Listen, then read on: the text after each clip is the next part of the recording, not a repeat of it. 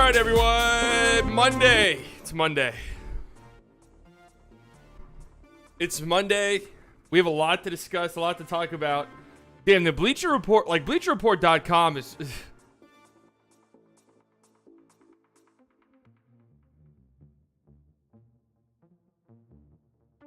BleacherReport.com, the website's a little lacking. I'm not going to lie to you.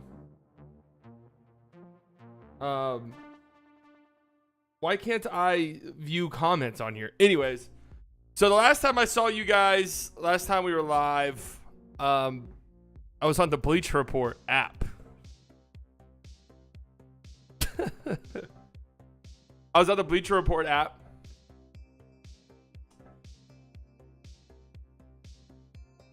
And it was cool.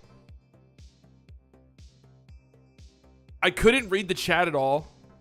So I have no idea who was in there. I have no idea how many people were in there.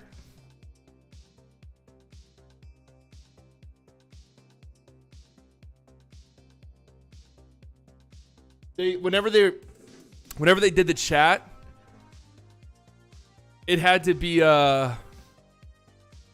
like I was working with the producer and they had to do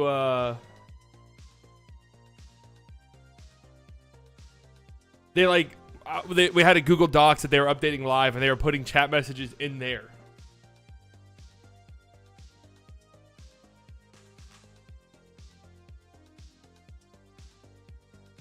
So it was interesting. But those of you who came out, thank you. What's up, my boy? How did the BR appearance go? I think it went well. I mean, the online thing is weird. They definitely are geared towards their phone app, which I guess makes sense, but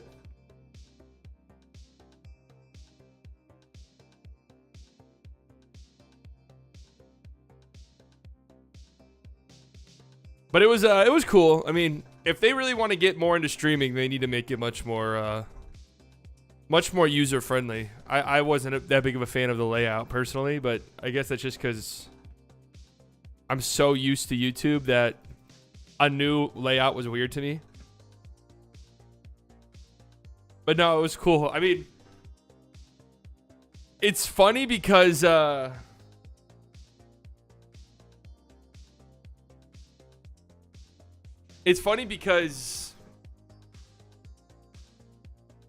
they're basically, from what I could tell, replacing like their trade articles with these streams, and people do not like it. So anyone who didn't know me or anything was like, "Who the fuck is this? Like, fuck this guy, man. Who is this? Like, why do we care about this guy?" And I'm just like, "Hey, man, they invited me on. All right, they invited me on." The layout was weird for me too, but I enjoyed watching. Yeah, it was strange, especially on my end, because I couldn't read the chat. Like,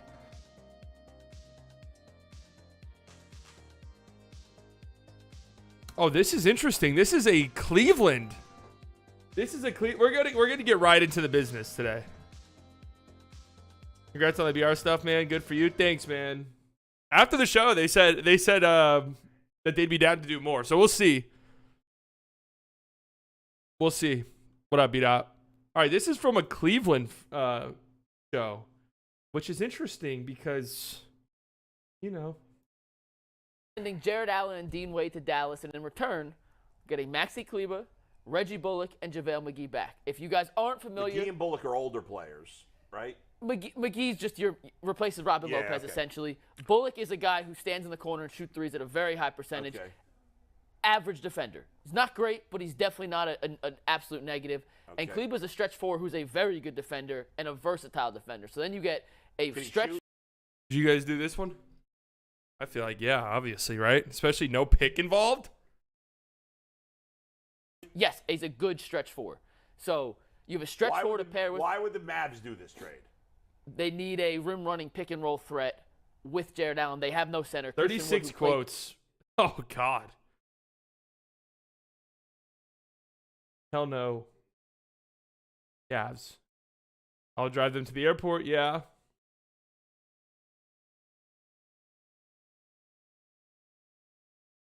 Yeah, this is a no brainer for the Mavericks.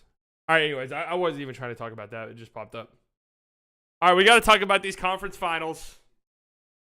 Both 3-0. Really, would that really be the first time in history that both conference finals end in sweeps? By the way, I don't think that's going to happen.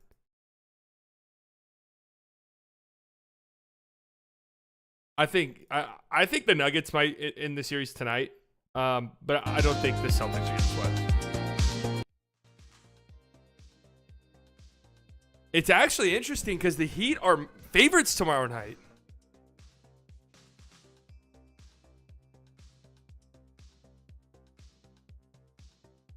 In 2015, both conference finals were 3-0. Wow. Lakers are favorites tonight.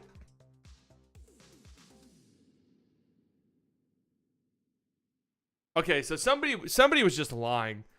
Somebody on Twitter last night said that the Heat were only a minus 150 or something like that to win the series. And I'm like, that's the easiest money of all time.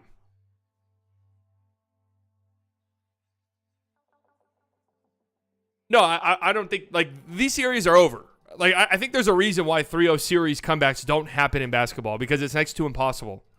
Like, it's really next to impossible to win 4 straight games against a team good enough to win 3 straight games against you. So it's just like there is variance, especially in today's NBA. There's more variance than there used to be, but not enough variance like there is in baseball to like pull off 4 straight wins. And even then, that's only happened once. Hockey, I can't say.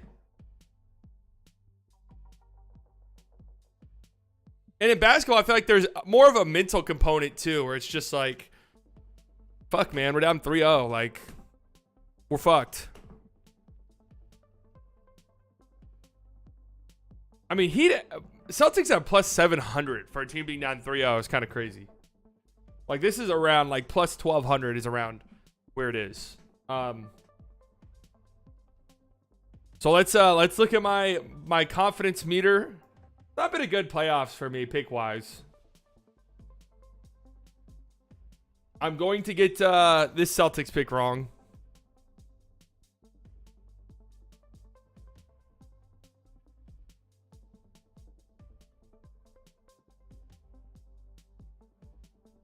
I'm going to get the Celtics pick wrong, but yikes, man. I pride myself. Let me see if I can bring up last year's playoff confidence meter. Here's my playoff confidence meter from last year. Just to show you guys. Mavs and Jazz. I had Mavs in 6 before the series started. 100% correct. Here, I'll just mark these just for comparison. Boom. Timberwolves, Grizzlies. Grizzlies in 6. That's exactly what happened, right? That series went 6 games. Raptors in 7. Yeah, I really thought. Warriors in 5. That was the exact outcome. Heat in 6 against the Hawks. I think that series went 5 games, right? Jimmy Butler wants to sweep bad. Yeah, I just don't see it. I don't see it. Like, I guess in theory, the Celtics are like they're more talented. They're on paper, they're the better team. They have 2 games at home. Like, it's not them winning 4 straight's not impossible, but it is though, because it's like Jimmy's not gonna let the Heat lose 4 straight games. It's just not going to happen. Neither will Spo. That Celtics, I had Celtics in 5. This was a big pat myself on the back moment. Because everyone thought that Nets Celtics series last year was going to be like spicy. I just didn't see it. Did this Bulls Bucks series go 6? Anyways, got that right. Pelicans Suns got that one right. Although I thought the Suns... My prediction before this postseason started was that the Suns would only lose 4 games the whole postseason and win the championship. Had Celtics beating the Bucks. That happened. Had Warriors beating the Grizzlies. That happened. Had Heat beating the Sixers. That happened. Damn, I was on a burner last year, man. Had Mavs beating the Suns. Look at that. Look at the confidence. 99.9. Man, it's crazy how different. Like, this time a year ago, we were peak delusion. Now it's just like sadness. Oh, and that's it. I didn't update them afterwards. I know I picked the Mavs to beat the Warriors. And I'm pretty sure I picked the Celtics to beat the Heat. I don't really remember that. Don't forget Tatum has that clutch gene. That's right. Joe Mazzulla is our coach. It's not happening. Poor Joe. It's Jover. Made $5,000 on Prize Picks since you put me on. Thank you, Sully Bias. Take out all that money and never bet there again. Just wait, guys. Tatum is dropping 53, 11, and 10 with 7 blocks and steals. Yeah, I could see them winning Game 4 and Tatum having an unbelievable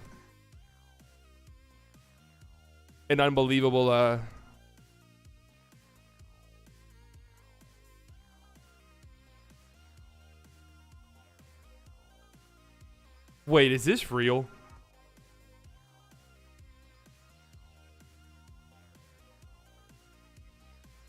This cannot be a real quote.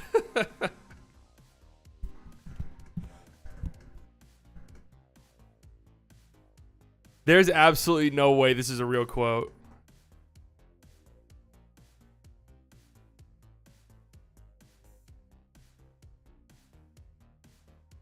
Walker Kessler continuing John Stockton's legacy. How does that even make sense?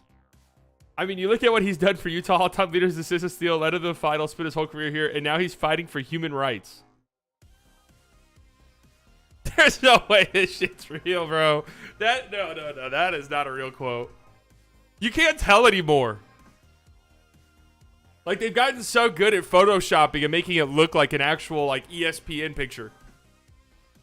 There is just no way that's a real quote, man.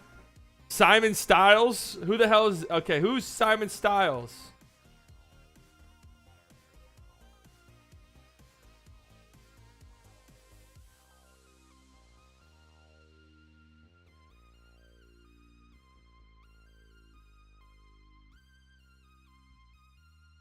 Are these real fucking quotes?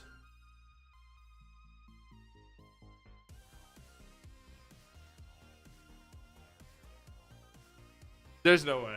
So I can't believe I just got sucked into that. Absolutely no way. That's hilarious, though. All right, so my God, the Celtics. I'm gonna be real with you, okay? I watched the start of that game. Watch the first quarter. Succession comes on. Watch Succession live. And my thing was, I'll go back, like, I'll turn the game on, right? Obviously.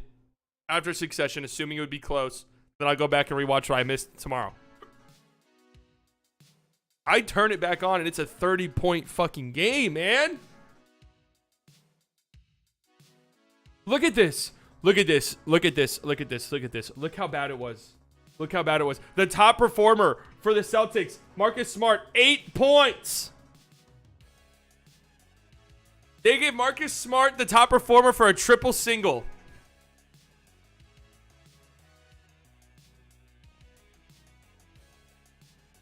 Praying for Dame time. I've been seeing that. I've been seeing Celtics fans saying that.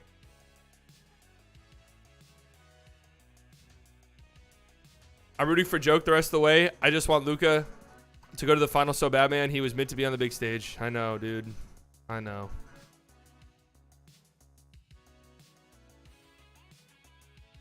Grant Williams is the best player on the court. Yeah, Grant Williams, Robert Williams. I mean,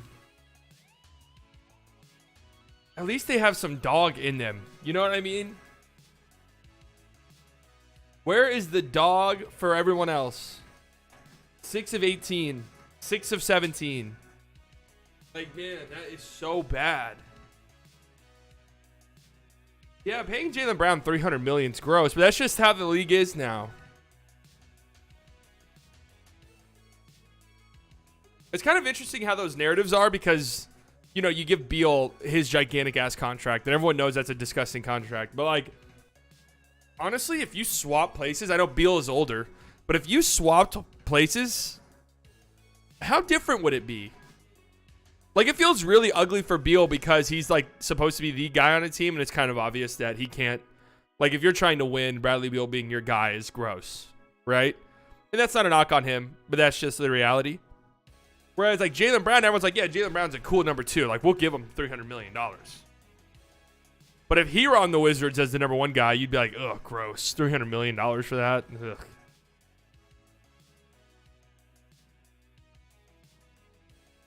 I would like Grant Williams on the Mavs. I don't know how it would be possible, but...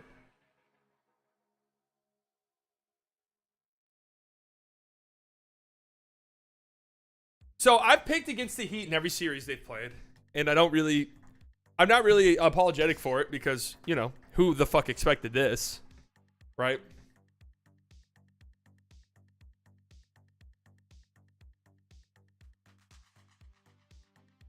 Caleb Martin at plus 34. And I'm pretty sure I'm, you know, it feels like the Nuggets here. It feels like the Nuggets here. But I kind of wonder if I might pick the Heat next round.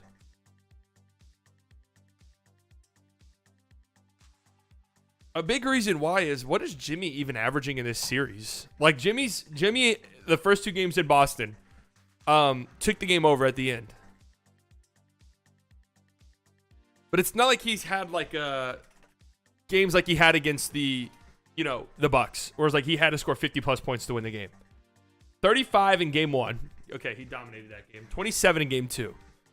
But again, dominated down the stretch. In 16 in this game with 31 minutes. Like,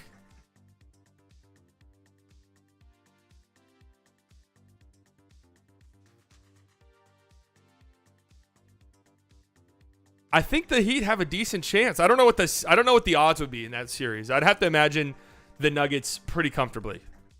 If I had to guess right now, I'd guess Nuggets minus 220. Like, they would make them pretty big favorites, I think. Crazy to see Butler going from one of the most controversial players in the league to one of the most loved by fans, winning. Like, if you're a guy like that who is just like constantly talks about winning, constantly talks about how good they want to be and winning and all that stuff, when you don't win, you look like a fucking moron. And yeah, it's annoying. But when you do win and you're dragging teams that in theory should have no business making the finals to the finals, oh yeah, that all of a sudden is a lot more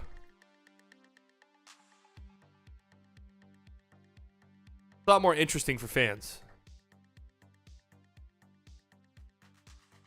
Like when Jimmy got outscored by Brent. Yeah, like, yes, exactly. Nobody remembers that. B-Dot, 6 months in the slightly delusional club. I turned 23 yesterday. Why do I feel old?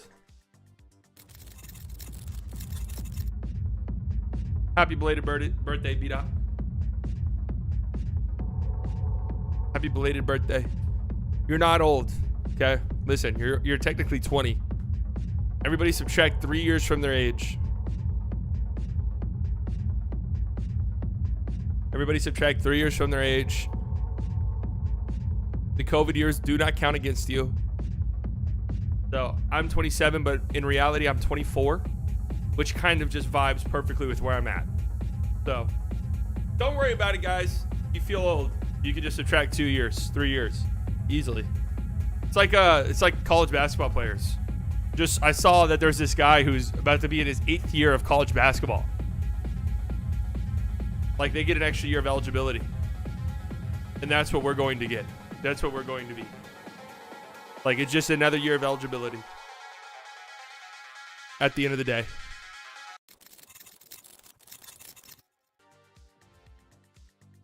That could get tricky in relationships? Oh, yeah, no, this isn't legally bound. Just mentally. How does Bam match up with Jokic? Jokic is unstoppable, really, but Bam might be able to take advantage offensively. Nope, nobody's stopping Jokic. Nobody's doing anything against Jokic. But really, for like the Nuggets, if you want to beat them, it's like, okay, can we like not have KCP go off against us and Bruce Brown and MPJ? Because like Jamal Murray and Jokic, when they get going, it's gonna be almost unstoppable regardless.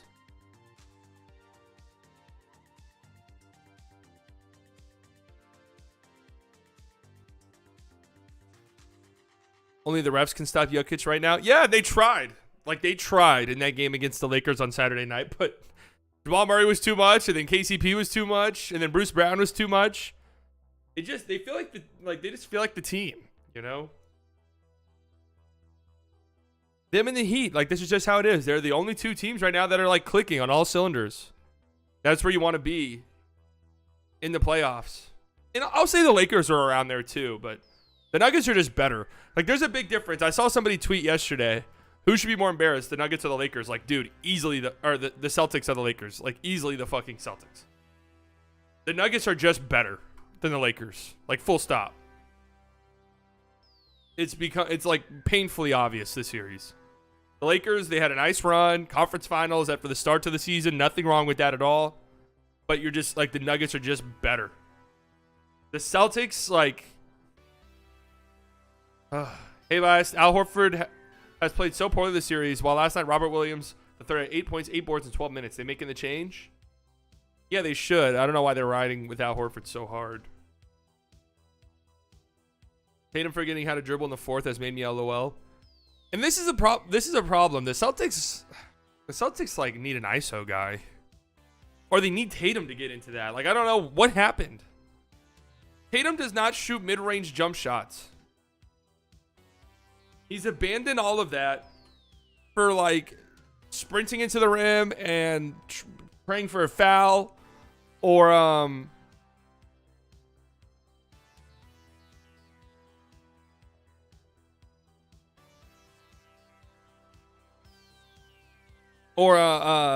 shooting that little sidestep three. It's like the only thing he does now.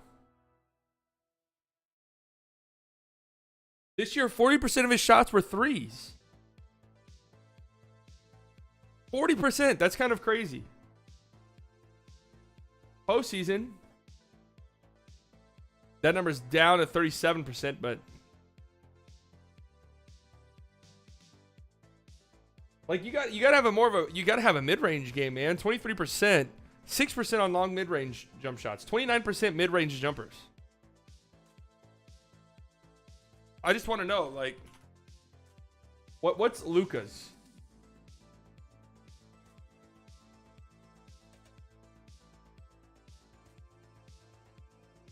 Luka was shooting a three, or a mid-range jumper, nearly 50% of the fucking time two postseasons ago. You got to get a bucket, man. I think Tatum could be a true first option. Truthfully, I do. But he has to get back in this bag. And like, he can shoot mid-range jump shots. Like, he's big enough and strong enough. He should have some sort of post up. Get the fuck out. Clear this side of the court. I'm posting this guy up. Everyone move.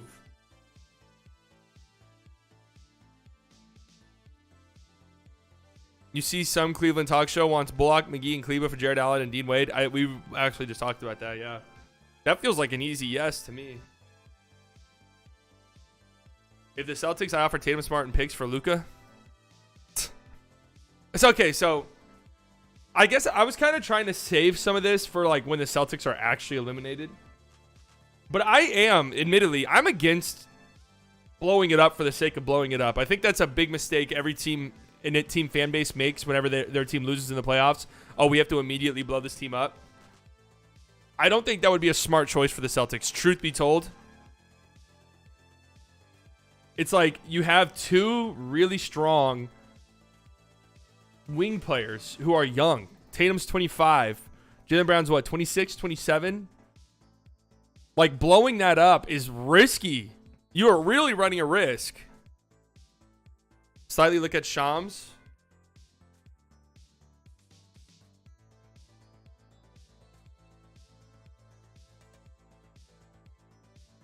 Did I take Shams' notifications off?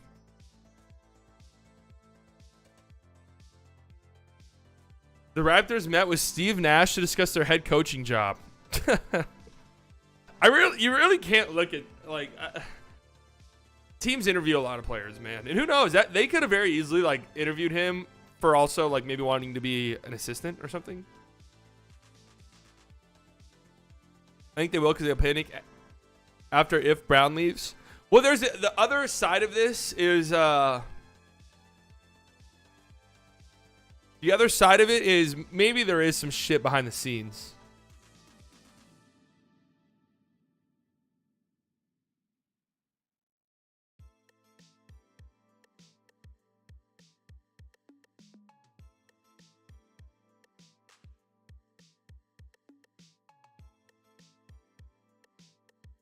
Isn't JJ Redick also interviewing for coaching jobs?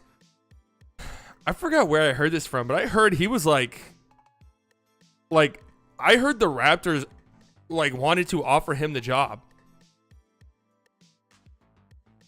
It kind of sounds like JJ Redick is going to be a head coach at some point.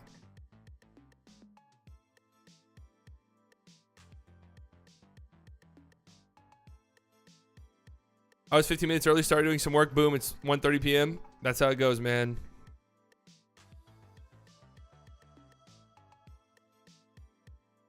Did you say the Heat had no chance? Probably did. Like, they really shouldn't. It's really crazy what they're doing. It's absolutely nuts, man. I from here on out, I'll always have to factor in, like, the Celtics will shit and piss themselves. Okay? Like, yes, this is probably the most talented team in the league. You have a second team All-NBA player, a first team All-NBA player, fourth in MVP voting, defensive player of the year a year ago. Did Derek White make an all defensive team this year? Did he? I know he got a lot of votes. The sixth man of the year. Okay, yeah, Derek White, all defensive guy.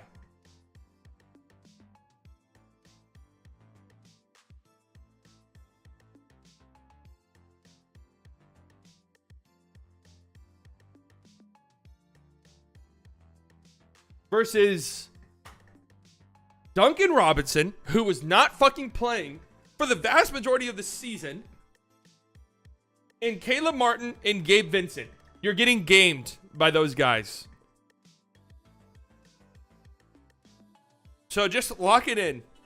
Celtics from here on out, I have to factor in the shit, piss, and throw up factor, where they will throw up all over themselves at some point.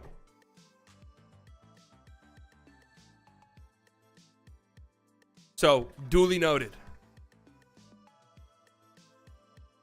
Yeah, I did hear about the Vogel to the Mavs stuff. I love that. If that's real,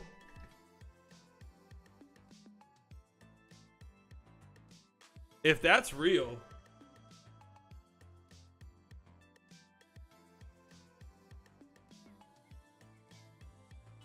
and this is, guys, I want to point something out really quickly here.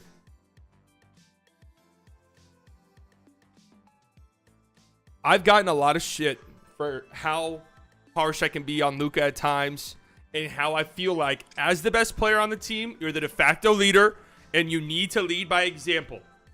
Okay, because the team is going to follow you. This Heat playoff run is a prime example of that. Jimmy Butler is a psychopath. He is a cold-blooded killer, okay, who will do whatever it takes to win. The team rallies behind that. They follow suit. If their best player is talking shit relentlessly, putting the team on his back, 110% effort all of the time, everybody is going to follow suit. And I know for a fact Luka has that cold-blooded killer in him. I've seen it. We saw it in the playoffs last year. We see it every time he makes the playoffs. It just has to be on a more consistent basis. Like, it has to happen all the time. It has to be every game.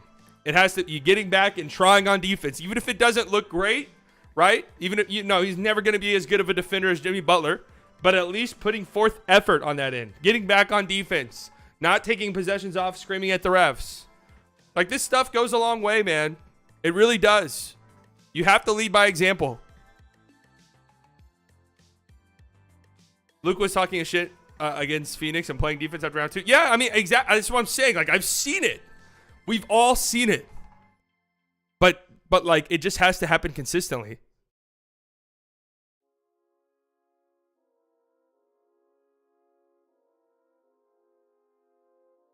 Jordan didn't start winning championships until he was like 29. Yeah, it's pretty rare to win a ring young. It just is. Josh even said that made a difference to see Luka do that. Yeah, was it Josh or Reggie? Was it Josh? It was Josh. You're right. 100% you're right.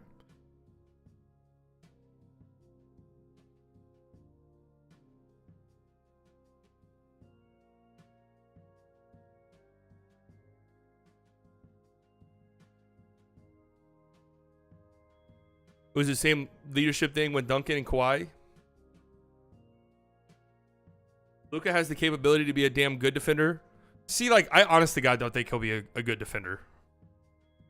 Damn good at least, but passable. That's really it.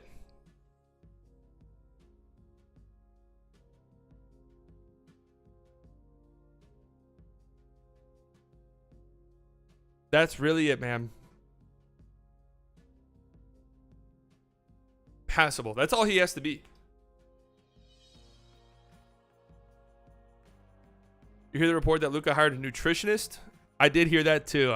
I don't care about that. I'm not doing the Luka Weight Watcher thing this summer. I'm not.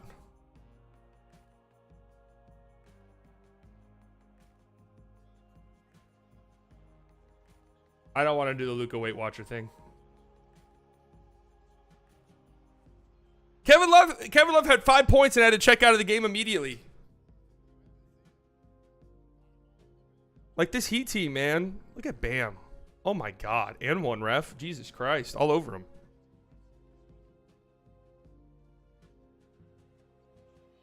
Give us 33, 9, and 9 and pass what works. Yeah, exactly. Keep your by the way, I want to say this. I like this is some hater shit, and I know every player in the league does this, but Tatum in transition is like an NFL running back with this stiff arming.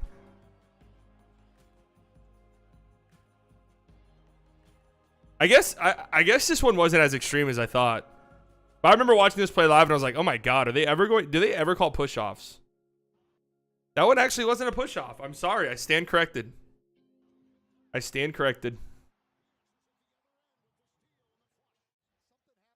think Luka changing his mindset over play is most important this offseason. Yeah, man. It just, you're not, even Jimmy Butler in the regular season, like, it's not like he's 1,000% every game, but it's like, we can't just have, like, purposefully taking plays off. This is that right there. Like, this is a shot in the playoffs your best guy has to be able to do. And that's what's sorely lacking for this Celtics team, dude.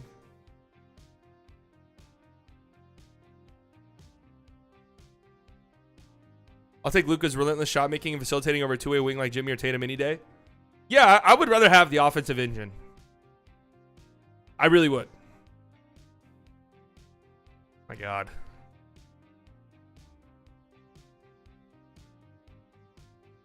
Is Hero on the block? What the fuck is this?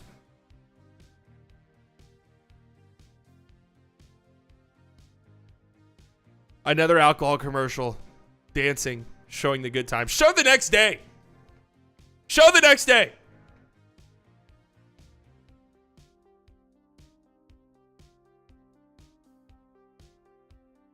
I want alcohol commercials to show the next day. If you guys haven't liked the stream yet, make sure you do so. Helps me out tremendously. Let's YouTube know we're having a great time, of which we are. Gets the word out. Closing in on 9,000 subscribers. That's a nice shot right there by JB, one of his few.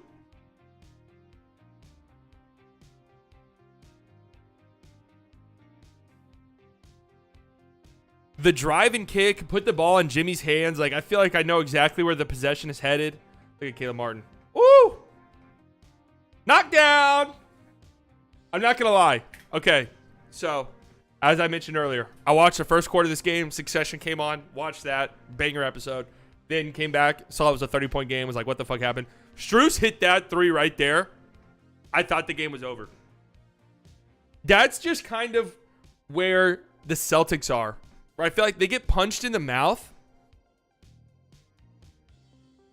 And it feels like it's almost like they're not really going to respond to it.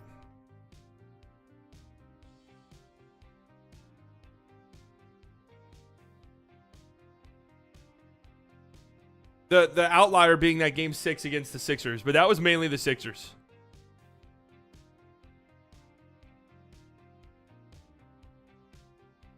What's up with the hyper on Succession? Looks like a boring show. Oh, no.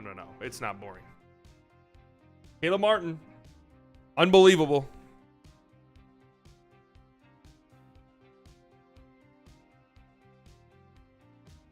Duncan Robinson. Oh, by the way, I'm doing this now. Like, what the fuck? No, this is some blood magic type of shit. This is a blood and magic postseason run for the Heat. It makes no sense, man. Duncan Robinson doing that off the dribble. What's going on? Something's not adding up. Gabe Vincent turning into Steph Curry.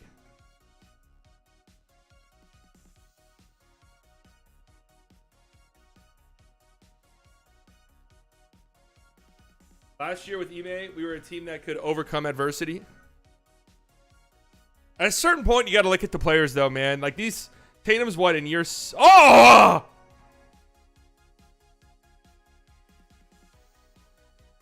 Tatum's what, in year 7? Year 6, year 7? Is he really... Is this year 7 for Tatum?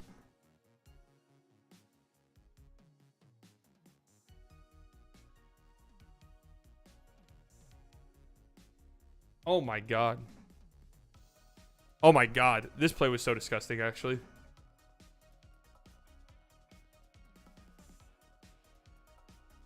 Oh god.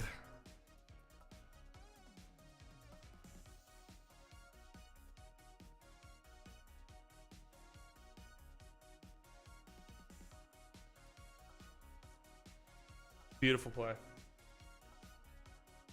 Duncan Robinson hurt the contract woes. I mean, that's just kind of crazy. A guy, that would be the equivalent, basically, of like the Mavericks making the playoffs and Davis Bertans suddenly is getting 20 minutes a game and is like averaging 14.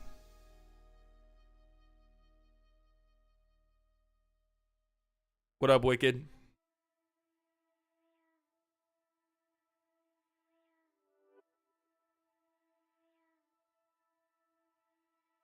I mean, man, this was just a slaughter. Like, how does that happen? Tatum has 100 playoff games under his belt. He doesn't have any excuses either. Okay, so that's actually funny you said that. What's the guy's name? Well, there was like a player who... a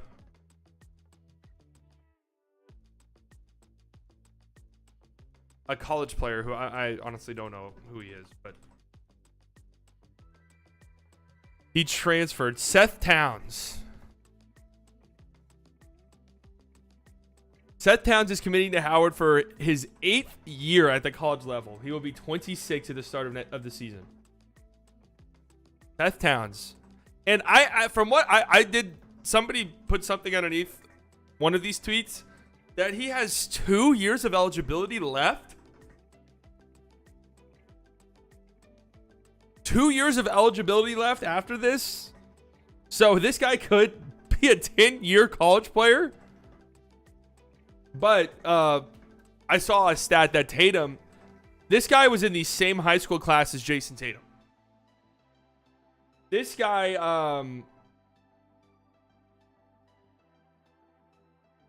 has played less college basketball games than Tatum has played playoff games.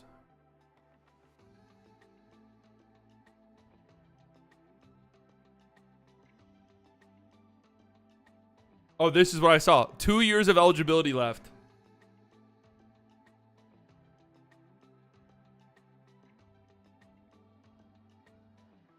He better be a doctor by the end of this. A lawyer doctor.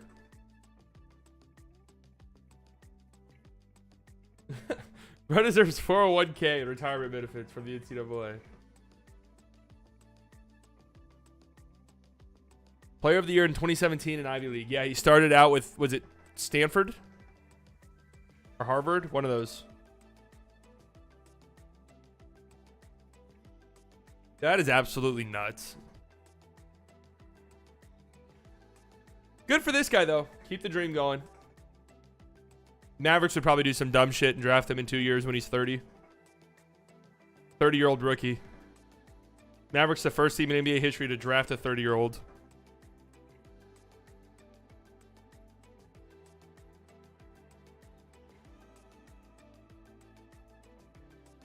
I do want to check up on the Celtics subreddit, actually.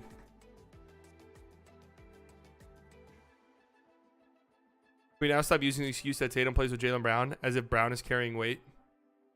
Well, I was telling you guys for most of the season that, like, you know, even though I, for some reason, get labeled as a Jayson Tatum hate account, the only thing I do with Tatum is I'm like, okay, he wants, like, we want to put him in those conversations. He's in those conversations. This is what comes with being in these conversations. All right? That's just is what it is. If you want to be talked about like a top X player, okay.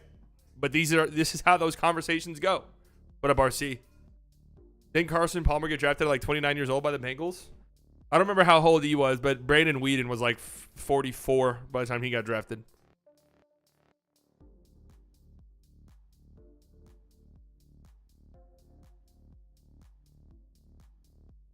No, we haven't talked about Melo yet. No, I'm not streaming any more games.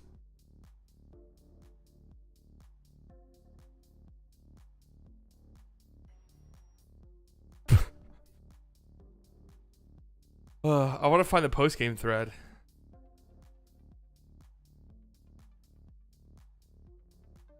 Oh, I saw that too. Okay, who is this guy? Legends NBA. How does he get all these footages? All of this footage. All of these footages. I want his original tweet.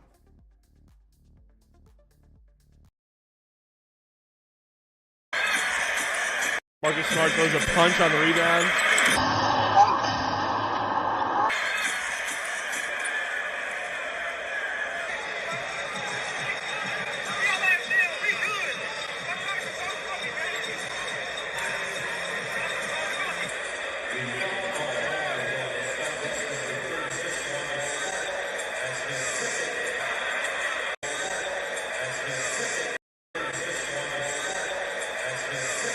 I'm telling you, they are buns? Is that really what he said?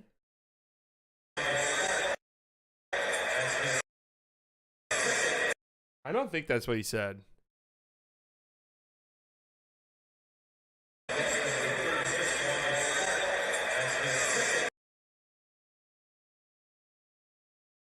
It does look like he said buns, though. They are buns is crazy. They are buns.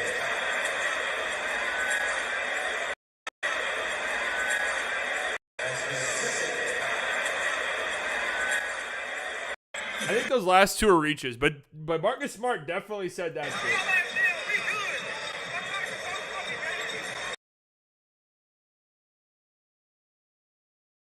I'm gonna follow this guy. I like his video.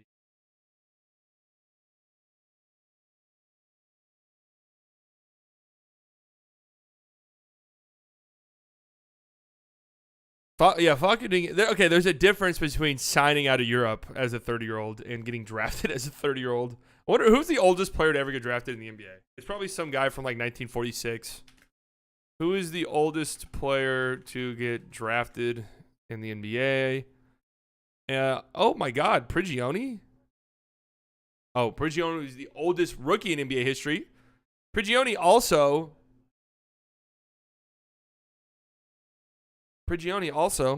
a Maverick legend. Wait.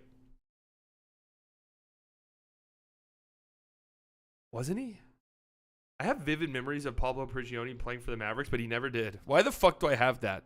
Now, I think I'm mistaking him for Jose Calderon, which I do from time to time.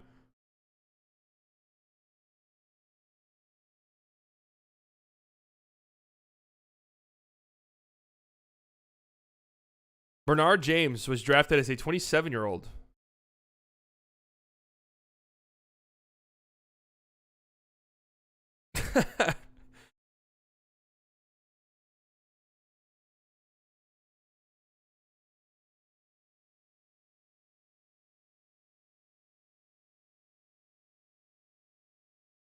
Bernard James, Mavericks legend, drafted as a 27-year-old.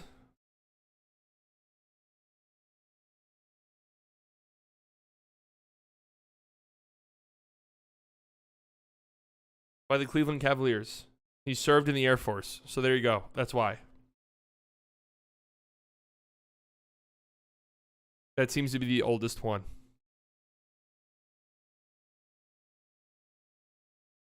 I don't even know how we got sidetracked on that. I can see Charlotte going after Wood. I have no idea who's going after Christian Wood. You see the most iconic moments in Wizard history just happen? What happened? Did they get a GM?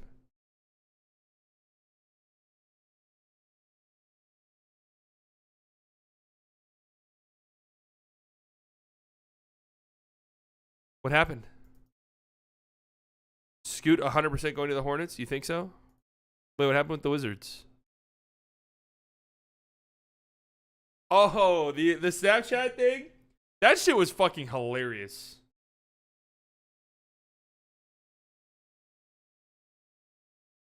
That was one of the funniest tweets I've ever seen. I truthfully hope.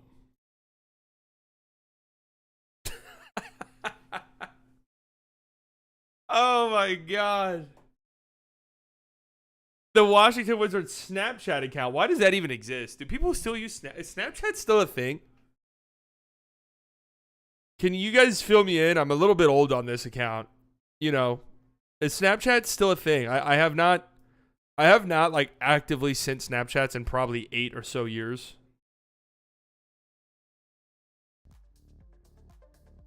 Snapchat's still a thing?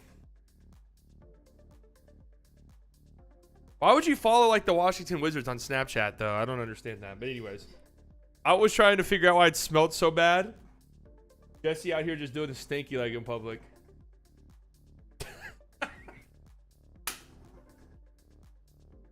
Oh my god, I really do hope that this person did not get fired. It was up for 4 hours too.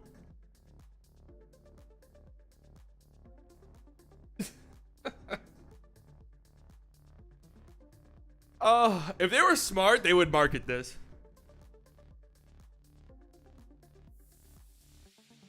If they were smart, they would be marketing this. Hey, this Thursday against the Pacers, first 10,000 fans get a Jesse stinky leg bobblehead. The leg moves on the bobblehead.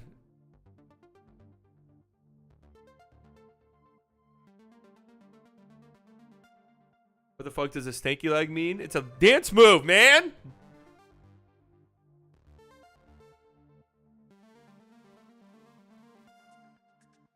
This is so funny.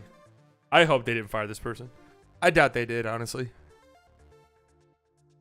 I feel like you'd have to really fuck up to get fired as a social media guy, because a lot of the social media managers have been there for such a long time now.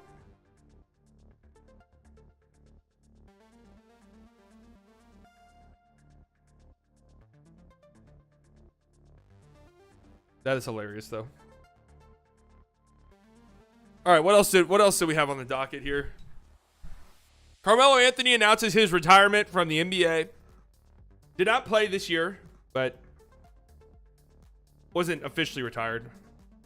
And now he has officially retired. Salute, Carmelo!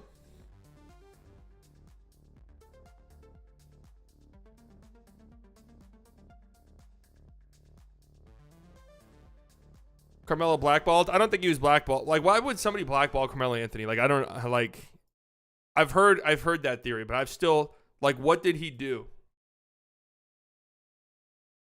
Supported me along the way. I don't know if this is copyright audio here. Grateful for those people and places because they made.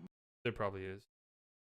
But either way, a tremendous career, first ballot Hall of Famer, and really an icon. Like, I know some of you are a bit younger, so I probably don't really remember Carmelo's, you know, peak days back in like the early 2010s, late 2000s. But he was a monster. Those Nuggets teams were disgustingly good. And was really a cultural icon too. Like, you had LeBron, you had Kobe. And after that, for a long time, it was like Carmelo was like the third most popular player in the league. If anybody wore number 7, it was probably because of Carmelo Anthony.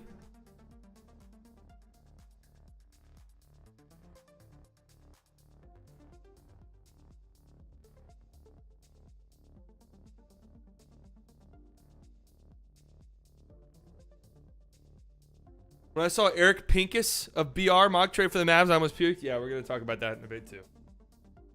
Listen, Bleacher Report. Bleacher Report. You got me in the door. I did a stream. I'm ready. Let me be the head of content. Okay? I'm ready. We can talk numbers.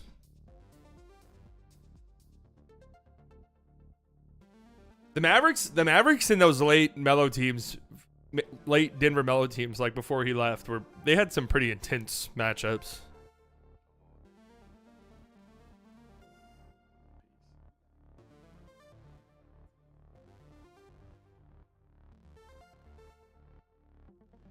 One of the most aesthetically pleasing games, for sure.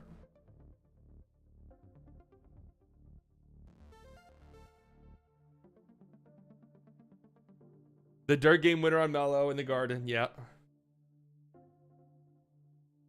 Anyways, man. 19 seasons, and now it's just LeBron from that famous 2003 draft. Yeah, Carmelo gutting the Knicks to go there instead of just going in free agency really kind of fucked. Like it was over before it even started there. But and it's just like those Nuggets teams were really good, man. Those were definitely probably his best chances at winning.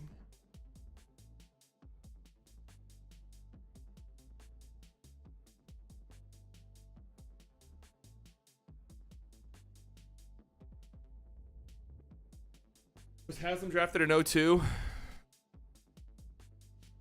I want to say he was the 2004 draft. Or, no, he was undrafted.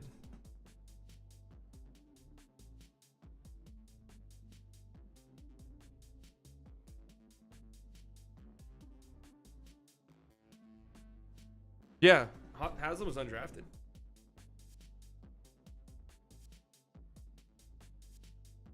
Don't think Melo, Wade, Braun would have been better than the original Big Three Heatles. Nah, Bosch was just kind of perfect for them. Would you trade for Zion for a bunch of first and the 10th pick plus some salary fillers? I mean, the Mavericks can only trade 2 firsts, so I would trade 2 firsts for Zion.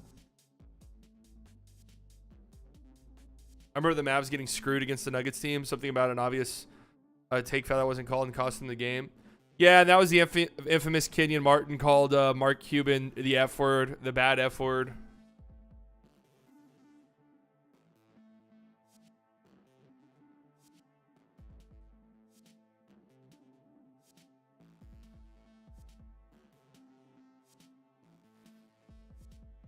Yeah, Bosch's defense was a big reason why they were as good as they were. Crazy Bosch was in that draft class too. Like, it feels like Bosch was always younger. I don't know why I felt that way. Maybe it's just because he retired so much earlier.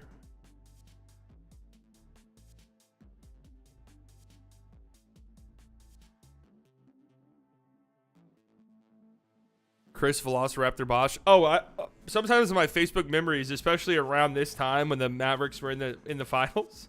Oh yeah, I was going hard on Chris Bosch with the Jurassic Park memes. That was a big thing in 2011, around that time.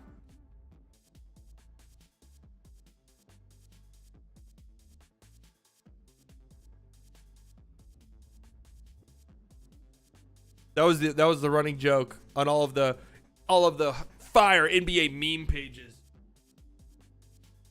Anyways, great career for Carmelo Anthony. Enjoy your retirement. A legend in the game. A New York icon.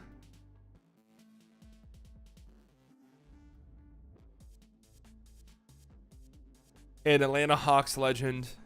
Portland Trailblazers legend. Los Angeles Lakers legend. Houston Rockets legend. Oklahoma City Thunder legend. Damn, Melo was kind of bouncing around there for a while.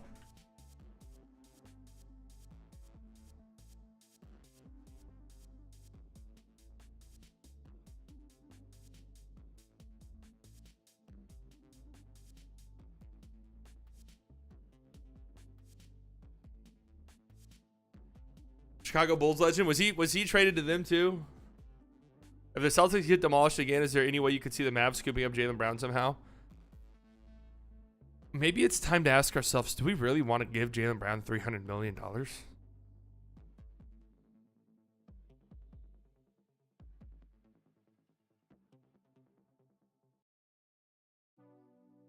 Yes, I have seen the D'Angelo Russell cone beam.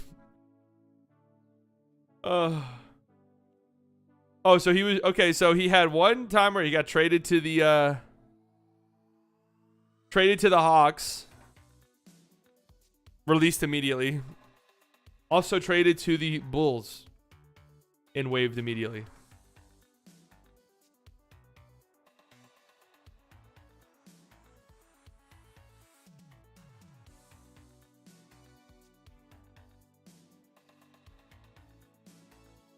Yeah, that was the weird 2019 year where he was out of the league, basically. Then went to Portland. It was okay. He was just so bad defensively towards the end of his career that it was just, like, unsalvageable.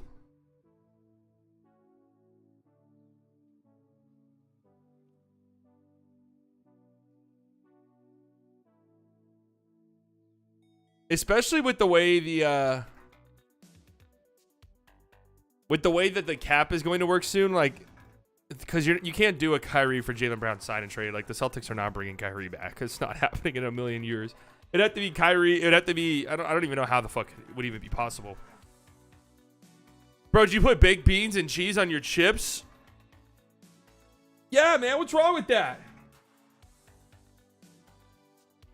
What's wrong with my lunch?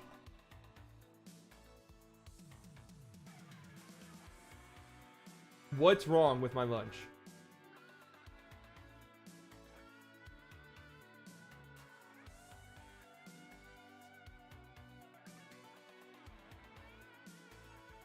What's wrong with it?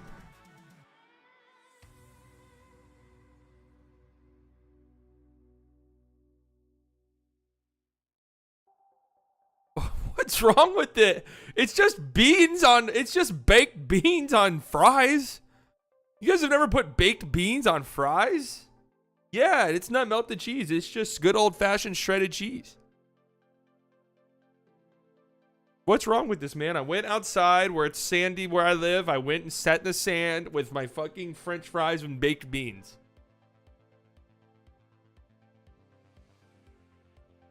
None of that even looks cooked? No, the beans aren't cooked. They're straight from the can. So I guess they're not technically baked beans. But they're just canned beans. Just threw them on. I just had whatever was in my pantry. Like, I just threw it all. You know, I'm going to the store soon, so.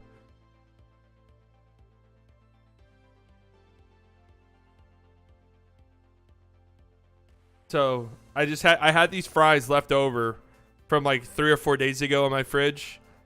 Ate them cold. My microwave's not working. Ate them cold, had some shredded cheese that was about to go bad, just threw it on. Some baked beans from the can that I just poured on. And I went and I sat in the sand and ate it. Well, what's wrong with that?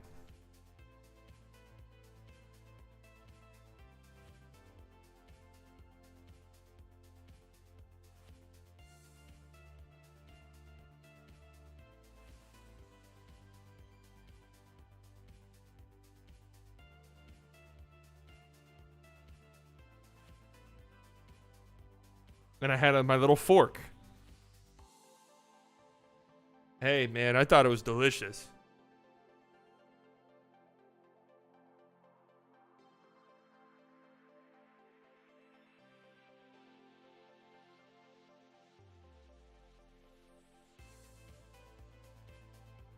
I thought it was really good.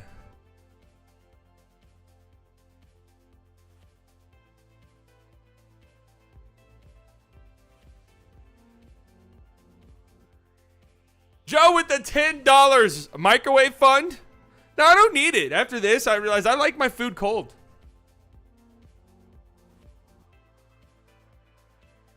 Nani Supreme. I think we should appreciate Luka much more for who he is after witnessing the massive choke by Tatum. Luka was any of these teams, and it's a three-peat.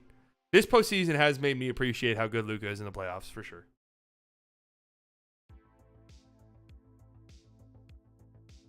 I already want seconds.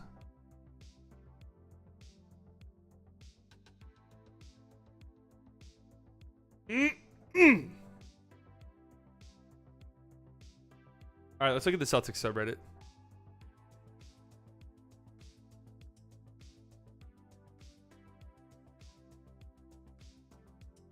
What? What is wrong with that? Cold fries have to be the worst? I love cold fries. It's like anytime I ever went to McDonald's, I would always say, hey, are the fries warm? If they're like, yep, they're fresh out the fryer, I'll be like, oh.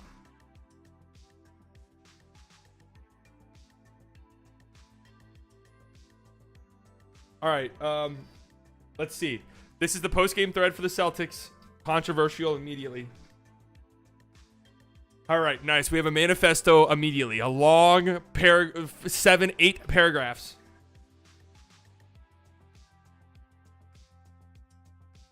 I don't want to hear shit about coaching. The Heat players are simply kicking our ass. Jimmy is dominating. If he doesn't kill us, he creates shots for others. He has our defense in shambles, overreaching, over and under helping, jumping up and down like a pogo stick, you name it. He's broken our defense. Bam is kicking our ass. That high pick and roll is kicking our ass. We play drop and it's a layup or open three. We step up and it's a lob to Bam. It too has broken our defense. And I don't have to say anything about the role players. Vincent and Martin making easy shots, making hard shots, don't matter. Look at the other side. What impact are the Jays making? What advantages are they creating? Sure, they get some points, but they aren't helping anyone else. They aren't threatening the defense in multiple ways. The Heat are hardly worried about them or anyone else. Their defense is not threatened at all by our players. Say what the fuck you want about the coach, but the Heat already got another coach fired. I guess he sucked too. They already beat the Knicks coach too. Sure, we're about to get swept. And I guess you want to say that somehow that is worse. I mean, it is, but it really doesn't matter. The Heat at this point are fully settled in as the team of destiny. Their momentum is growing, and the Celtics are nothing more than a bug in the windshield. Guy's Shakespearean. I'm taking any and all bets against the Nuggets. Whatever they're doing out west won't matter a bit. The Heat are unstoppable. All that said, this series is a complete anomaly. Next year we'll be better than the Heat once this magic ride is over. Wow.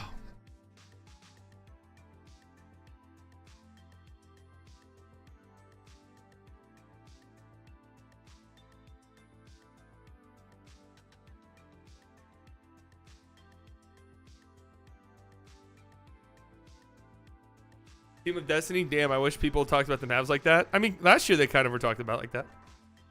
Boston can't defend without Udoka, and their half-court offense is just isolation garbage.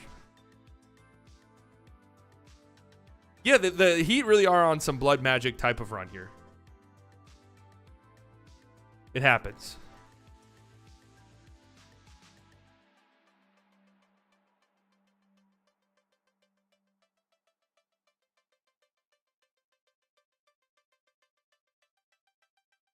This guy actually sounds like me defending Kid, honestly. Wow, the parallels.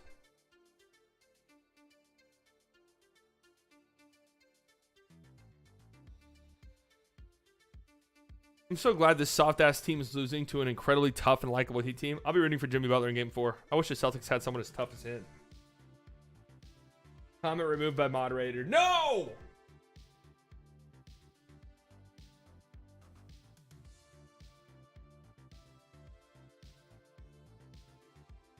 It's not Heat versus Nuggets yet, but it probably is. I think it's easier to dislike Kid because he comes off as a prick. I personally didn't mind missing the playoffs. They just punted instead of going for 4th and 35. Now the Mavs have two superstar nucleus to put role players around instead of relying on Luka. Yeah, I agree. I don't really care that much anymore. Actually, I didn't care at the time. They did exactly what I wanted them to do. Let's see if it works. As an avid Boston fan for the past 2 decades, I can confidently say I will be listing all of my memorabilia and whatnot. I also will be backing out of my partial ticket packages. I think I will need to find a new city to root for now that the going has gotten so tough. It's not fair to either me or my family for that matter. Sports are supposed to be about winning and fun. See y'all around. This guy's got to be trolling. Soft. Sorry, but I'll only support a team that is always winning. It's the best way to do things. Maybe one day I'll be back if they actually win a ring. Until then, I'll find a new city like Denver or something who seems to be on their way to a dynasty. This is a bit for sure. That shit's funny.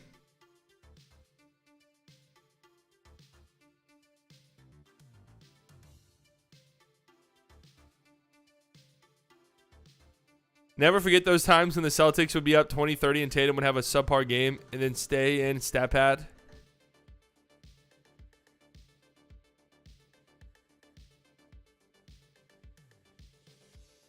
Dude, these fucking...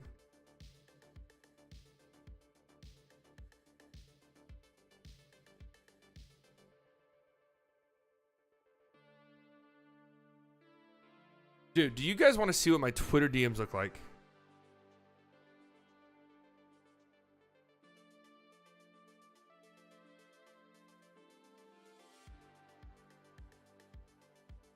Look at this.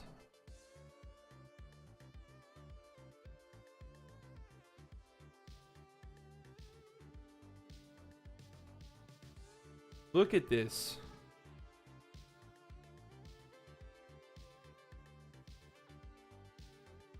Is anyone else on Twitter having that same thing? No, there's been like a massive bot thing.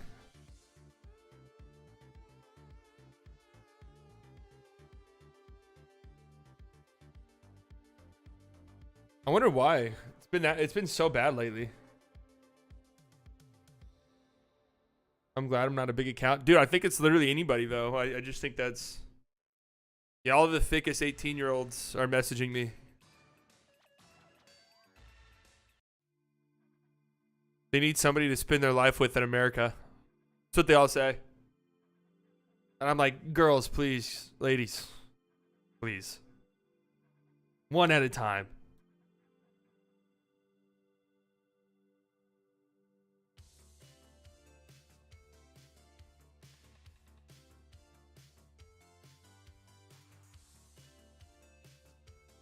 I'll be the first to admit I was wrong about Bam. Hey, Bam Island. It's been nice. Property rates are up. Like the time to buy in was a few years ago. Now the property value has skyrocketed across the it's skyrocketed.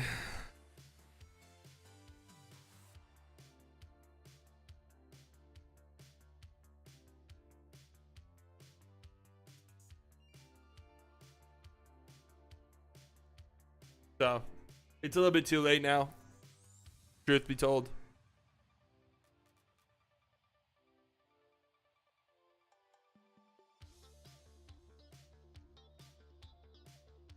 You dipped last season, but it's reached new heights.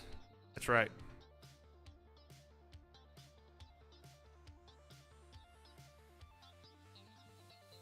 That was the time to buy in last year. Yeah.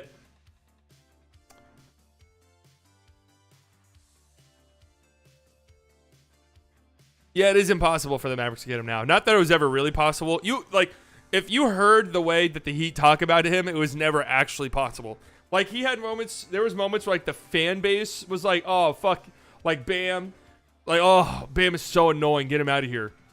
But, like, you heard the Heat team talk about him, and they'd be like, yeah, he's the most important player on our team. And you're like, oh, yeah, he's not going anywhere, ever. Always wishful thinking. So, why are fan bases overrating Josh Green? They made him untouchable.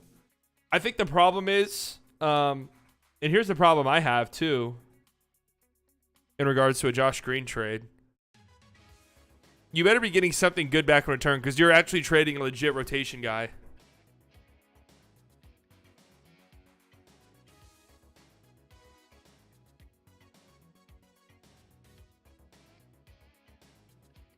All right, let's see. What else do we have? More instances of Jimmy Butler being an absolute psychopath.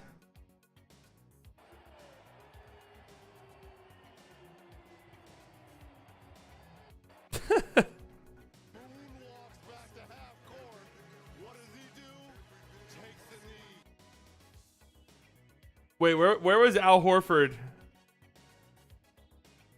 This tweet from an account you blocked?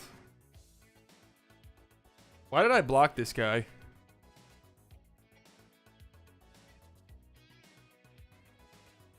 Really? That's the best taunt in hoops? It's really hard to look cool while squatting. I want to just throw that out there. He's a Tatum meat rider? Oh, probably makes sense. Not that I'm saying this is a lame taunt, but it really is cool to look cool while squatting.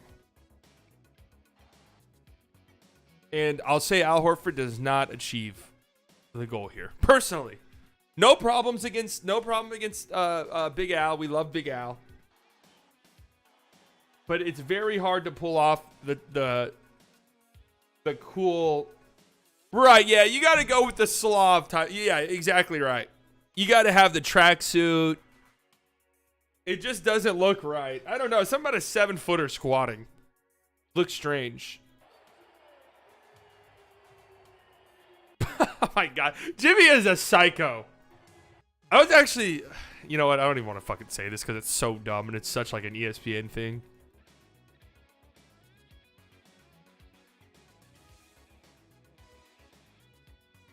But it's funny to me how like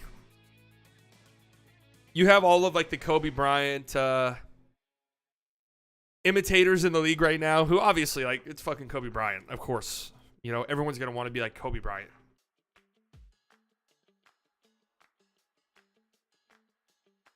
But it's like Tatum wants to be Kobe Bryant. Devin Booker wants to be Kobe Bryant. And Devin Booker's a dog. But Jimmy is like the closest thing we have in the league to like this just ruthless, relentless competitor that will do whatever it takes to win.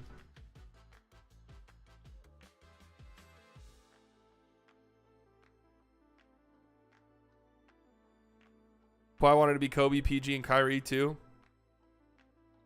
Kawhi is the first of his kind.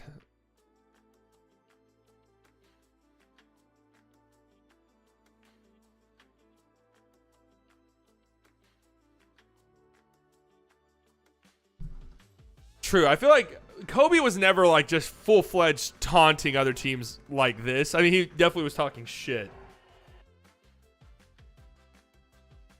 But I don't know. When Jimmy does it, it really feels like he's like, I'm going to fuck you up. Like, I'm not front running. I'm not talking shit for the sake of talking shit. I'm trying to get into your head. It feels like there's a different level of shit talk when it comes to Jimmy Butler.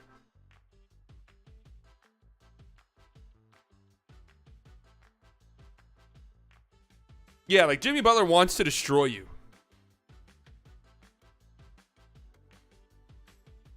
Just met Doncic in the gym last week. He's getting diced.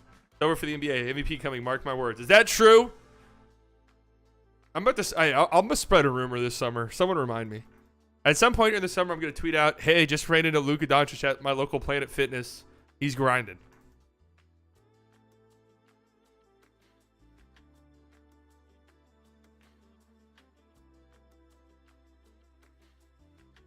I have to get an Australia tattoo as well this summer.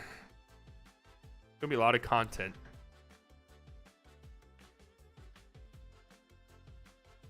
Okay, so what's your favorite color? I don't have a favorite color. Is that weird?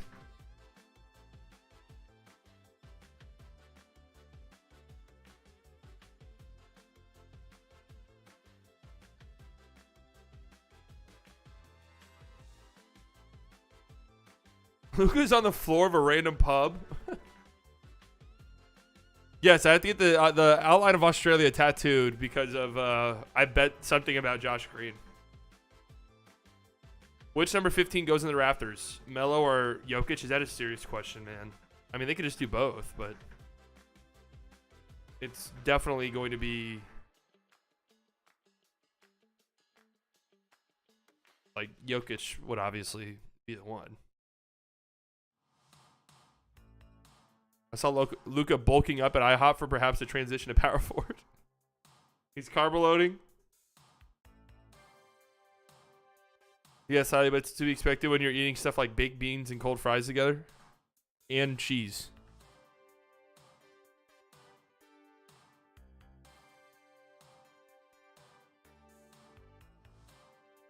Don't forget that.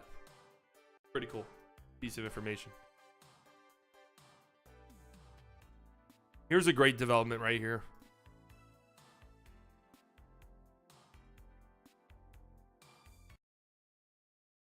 Versus the world, and I think that's something that has been tossed around. But East versus West, and another idea potentially that has also been discussed is USA versus the world, and I think that's something that has been tossed around. But East versus West looks like right now a return to that is what the league is looking at pretty strongly. So the NBA has given up on the draft thing for the All-Star game. They're going back to East versus West. Sham says USA versus the world is a possibility. That needs to be that needs to be the direction. It makes so much sense.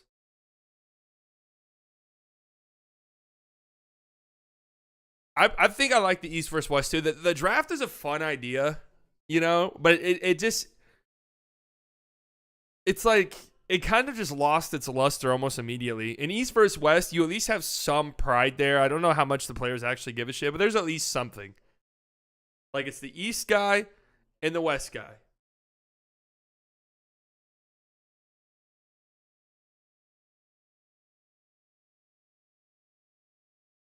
US versus the fucking world. Capitalism will unite the dollar or die trying.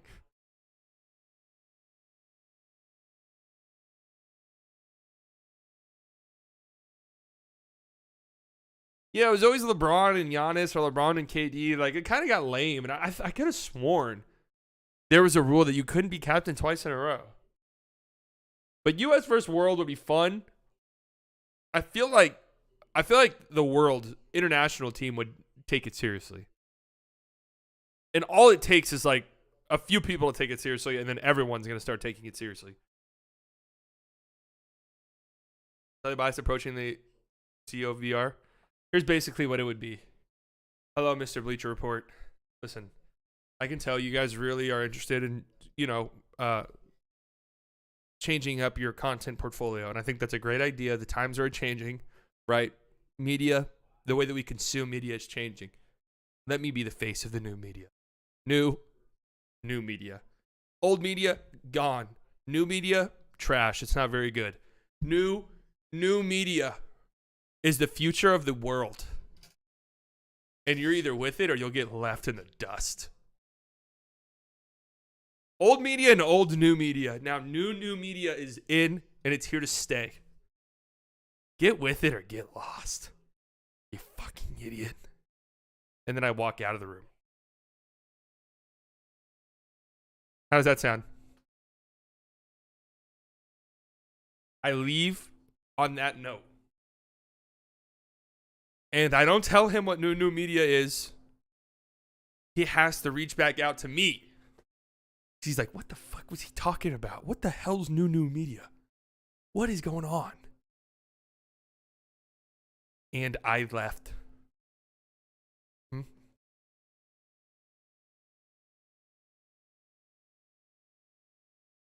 And I don't answer the first call. And I begrudgingly answer the second call. I'm like, hey, what's up, man? I'm really busy. Like, what's up? What is this? Who is this? Oh, okay. Yeah, sure. Yeah, maybe I can figure something out in my schedule in the next couple days. I'll let you know. Hang up.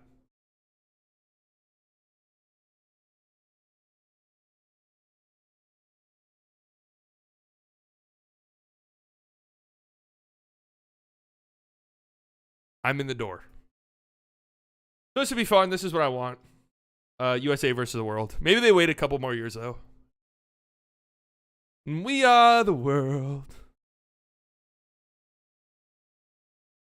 What's the answer? You start with this freaking say new media. Prediction for tonight? I think Nuggets close it out tonight, actually.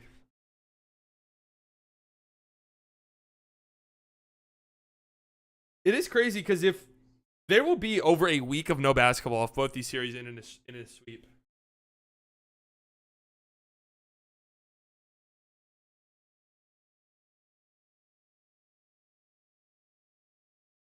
A full week.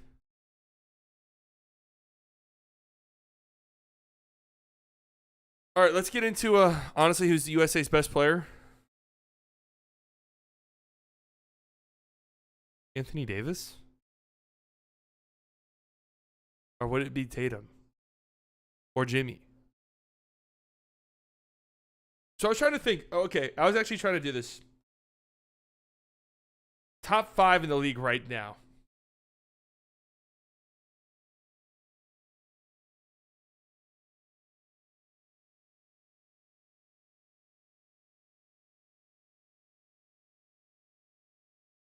Okay, I have this in my notes. I have this in my notes from Saturday night at 1:45 a.m. I was drinking that night. 1:45 a.m. D'Lo missed 3, Walker missed 3, Braun missed 3, Jamal make.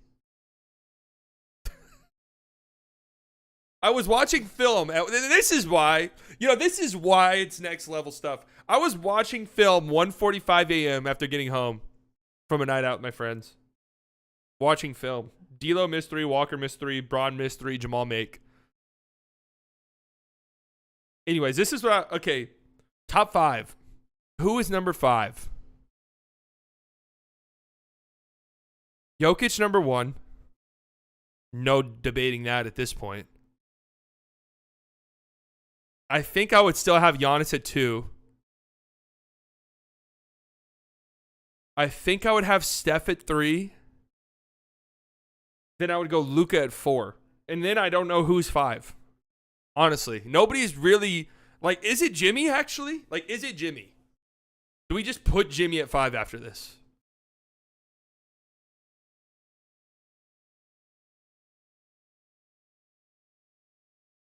It could be Embiid, but I'm just off of principle alone, I'm fucking taking Embiid out of the top 5. Sorry. I can kind of excuse Giannis. Injured, wasn't really that bad. Embiid, see ya. What is this, the 9th fucking playoffs in a row? See ya. No. I just can't, in good faith, have you be in the top 5. Cat? I think it's got to be Jimmy, right? I think he's earned it.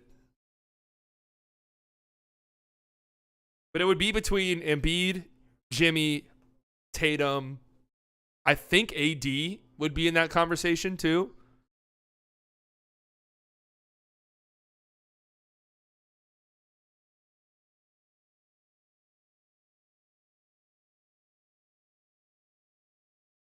It can't be Kawhi anymore, man. I just can't. I cannot in good faith put Kawhi that high on any list. As much as it pains me. It really does. Wemby? Oh, we just do the aggressive ESPN thing. Wembanyama's a top 10 player in the league, and he hasn't even played a minute.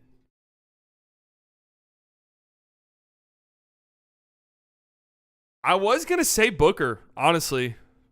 I'm not going to lie. I was going to say Book, maybe. But I don't know if he's really in that convo. So I think it would have to be Jimmy. KD, obviously. KD would probably be the safest guy to put at 5. Didn't really play that great this playoffs, but had a weird injury-filled season.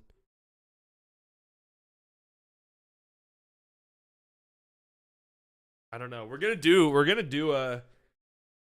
I gotta work on my top 100 list. Maybe that's what we'll do on stream tomorrow. Maybe we'll go over some playoff risers and fallers. Shea doesn't really have an argument for top 5. I love him to death, but not yet, at least.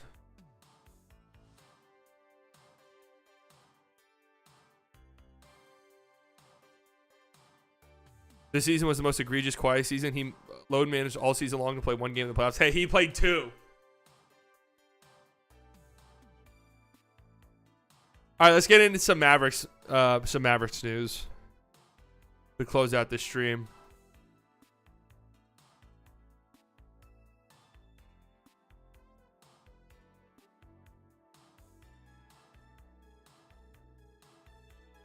So this is going around yesterday. Eric Pincus. Bleach Report. will soon be slightly biased bleachers.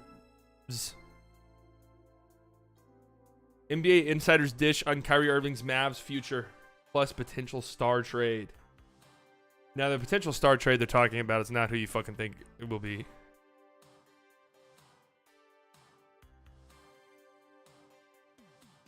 So I don't know the validity of this, to be honest with you. How many Twitter followers does Pincus have?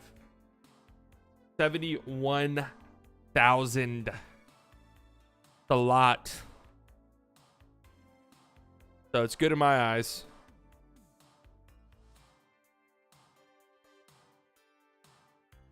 There's not really a lot of reports that Kyrie wants to go to LA. What it is like Windhorst being like, hey, wouldn't it be cool if Kyrie goes to LA? Like, that's literally it. There's not like any like, hey, Kyrie told us that he wants to be in LA. It's like, yeah, Kyrie like would be cool in LA. Here's how they could do it. I hear they had a handshake deal before the trade with the Brooklyn Nets, one source said, and Kyrie wouldn't have said yes to anything less than the max. This is something I was theorizing at the time. That I don't think, like, because you can't say that you've agreed to anything because of the tampering and stuff, but, like, I don't think the Mavericks would have done this if they weren't at least somewhat fairly confident that Kyrie would stay. And then you've had people say, okay, well, how can you trust Kyrie? You can't trust Kyrie. Like, a handshake deal with Kyrie. Listen. Yes, Kyrie, you know, an interesting guy, for sure. But let's just look through his career.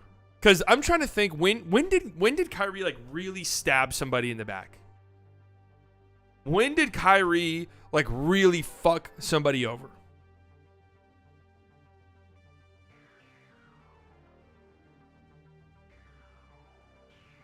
Kyrie spends 6 seasons in Cleveland, sees the writing on the wall, wants out. LeBron leaves the next year. So it was like obvious. It was an open secret that LeBron was going to leave, right? So Kyrie says, I want out. He gets traded to Boston. Does say he wants to be in Boston for a long time, right? And maybe you could say the Boston thing went terribly. Okay, fine.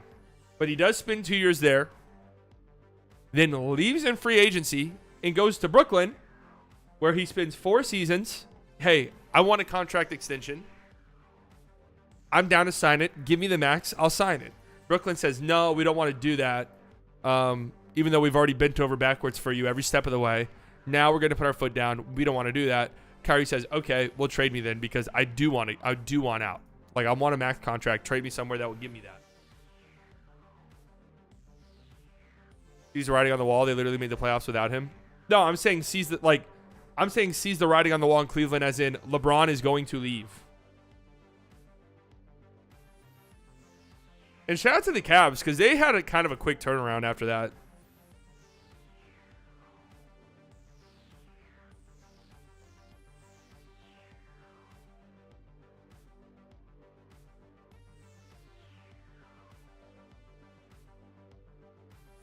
So we'll see.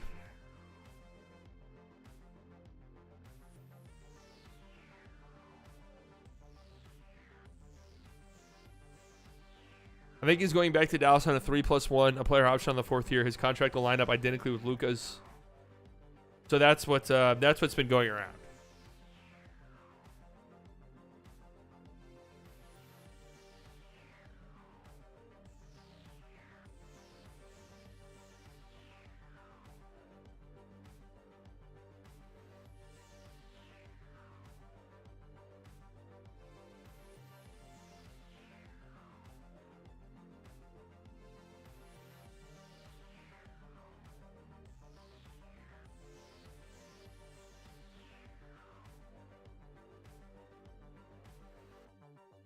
Kyrie has been hurt almost every year.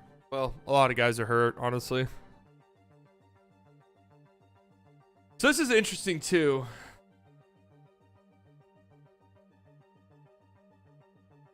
What did the Mavericks do with that 10th overall pick? And here we go. The Suns need depth. I can see them getting Tim Hardaway Jr., JaVale McGee, Josh Green, and number 10. Oh, man. For Ayton. JaVale McGee, Tim Hardaway Jr., Josh Green, and the 10th overall pick for Ayton. Man, that fucking sucks. Like, oh, God. Like, what does that do for us? What does that actually do for us? We lose depth to bring in a center. Okay, cool. The center is soft as shit. All right. The center is a quitter. The center is wildly overpaid and has no motor. No thanks. You want Bertans and McGee? Okay, then we can talk.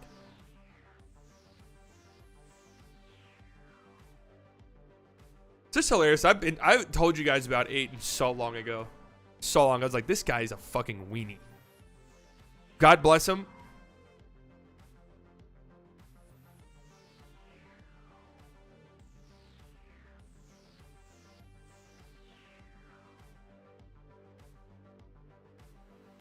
No motor. Does he? Isn't that like the biggest critique against him, DeAndre Ayton?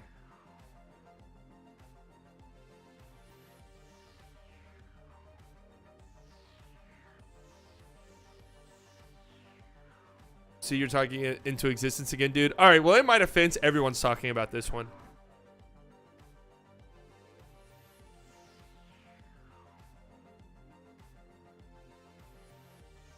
I would rather play JaVale McGee 28 minutes a night on $6 million a year than trade all of that to pay Ayton $30 million a year. I would do that. I'm not kidding. I'm actually not bullshitting. I'm being dead fucking serious.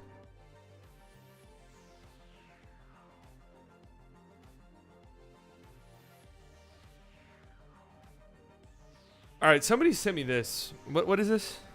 What is this? Mavs swear they smart front office does all this forward thinking shit and still signs player like JaVale McGee to a 3-year deal with a player option. All right, what? They also imagine how other teams around the league might react if they moved up or down. Hypothetical scenarios that have been buried now that the league's official draft order has been set. On Tuesday, if the Dallas front office was only now reacting to the number 1 to number 14 ordering of this year's draft, the team would be behind. The Mavericks already had imagined what might happen if the Portland Trailblazers moved up and sought to trade this year's pick.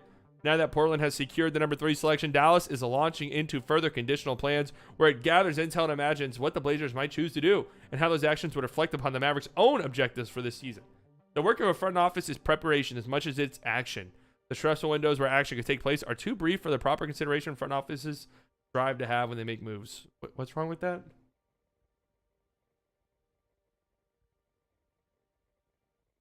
Okay. One thing I'm not going to do personally is just get mad at random mundane shit like that. That was just like a completely and totally normal ass quote. Isaac Harris flipped when Nick said he'd rather pay Dwight Powell at the minimum than Ayton at 30 plus million. It goes back to last year. I tweeted before the Christian Wood trade, I would rather have Dwight Powell be my starting center than Christian Wood. And wouldn't you fucking know it, the Mavericks trade for Christian Wood, and guess who is still the starting center? Because Christian Wood's not a winning player.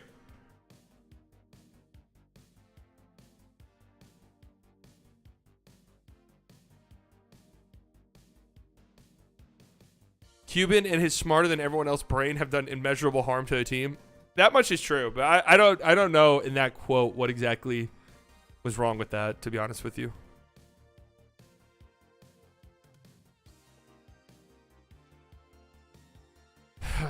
God. This summer, the next month and a half is gonna be brutal, guys.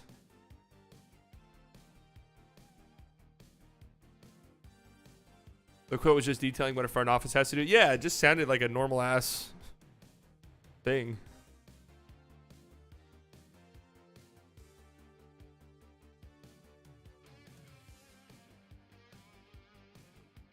Yeah, bro, totally. We watched Wood drop 26 and 28 first 2 games. We don't need scoring. Like, I'm here to tell you right now, we don't need scoring. If you have Luka Doncic on your team, you're automatically a top 10 offense immediately. Immediately. I want my center to rebound. I want my center to not look like completely and totally a lost puppy on defense.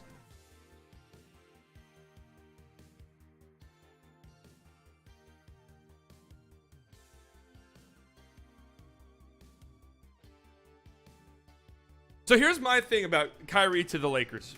I don't think this is a possibility. I just really don't. I think like Miami actually might even be a bigger threat. than the Lakers. Just did the math on Kyrie. LeBron, AD, Kyrie, Reeves, Rui. First and foremost, this is not happening. If you're bringing in Kyrie, Reeves, and Rui, one of them is gone, at least. Bando, 4.7 mil. And then 7 vet mins for $14 million. 7 vet minimum guys. And of course, in this deal, the Mavericks, who are just lining up, ready to help the Lakers, sign D'Lo. Oh, yippee! And take one of Beasley or Bamba. Woohoo! This is also assuming Rui gets $12 million.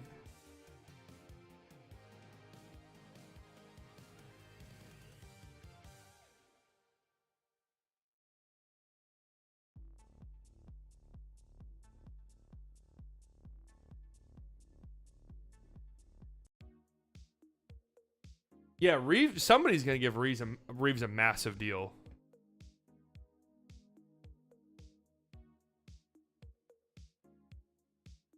What's up with Twitter?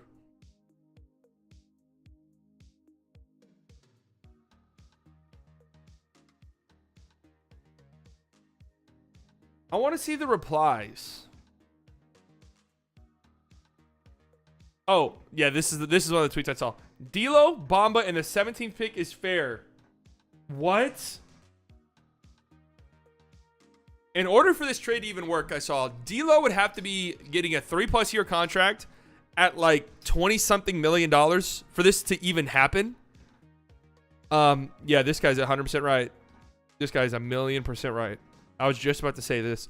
I would rather the Mavericks. Hey, Kyrie, you want to go to the Lakers? Cool. They're going to have to figure out how the fuck to open up space for you because we're not helping because we don't want any of those trash cans. So, you know, good luck. And I would rather the Mavericks just open up $30 million in cap space and go out and get the guys they want rather than D'Lo and Malik Beasley and Mo fucking Bamba. Mo Bamba, man. We're still doing this with Mo Bamba.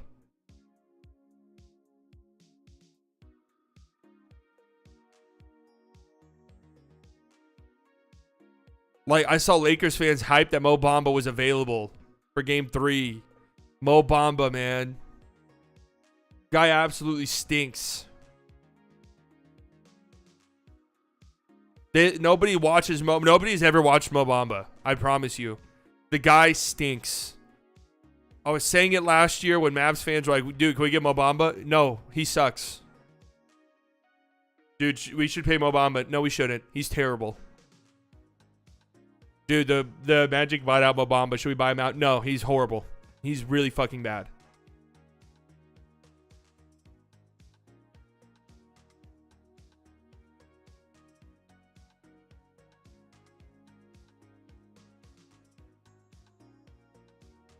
It's funny because when the Lakers were winning, they were out on Kyrie. Now they're down 3-0. I know.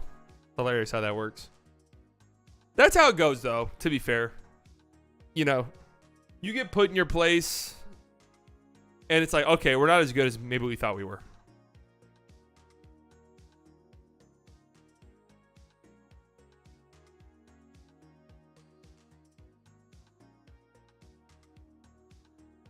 Yeah, D'Lo was the savior not that long ago.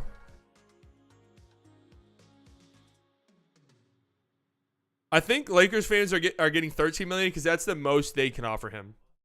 But he can sign somewhere else and they can match it. Right? That's how I think it is.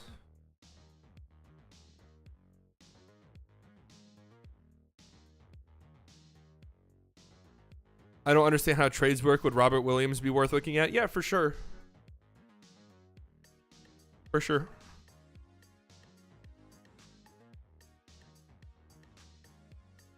Go sign like Jeremy Grant, Bruce Brown instead of that Lakers shit package. Yeah, exactly. You could go in the offseason with $30 million in a full MLE. So, like, you would definitely... Like, you're in a better position there to get, like, legit impact wing guys and depth guys.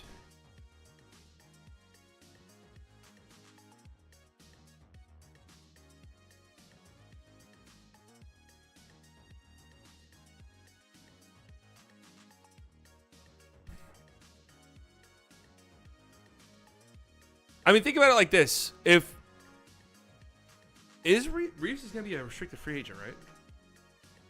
Like, let me just make sure I'm right.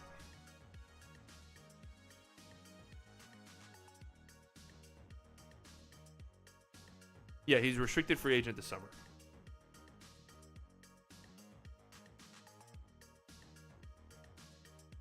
There will definitely be at least one team that presents Reeves with a contract offer that exceeds what the Lakers want to pay. The maximum the Lakers can offer right now is just about $50 million over 4 years.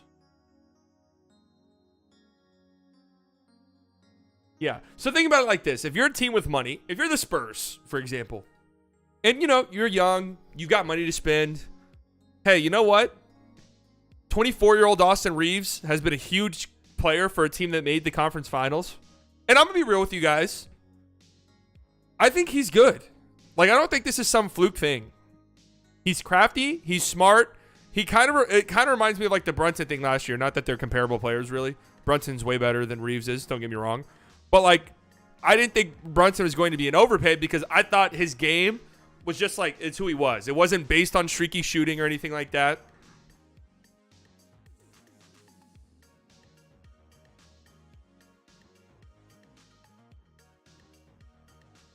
I think Reeves is a good player. So if you're a team like San Antonio, you're like, you know what? Fuck it. We'll give him a big contract.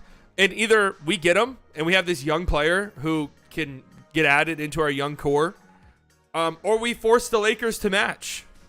Either way, it's kind of a win for us. Like, we make the Lakers uncomfortable and we force them to match.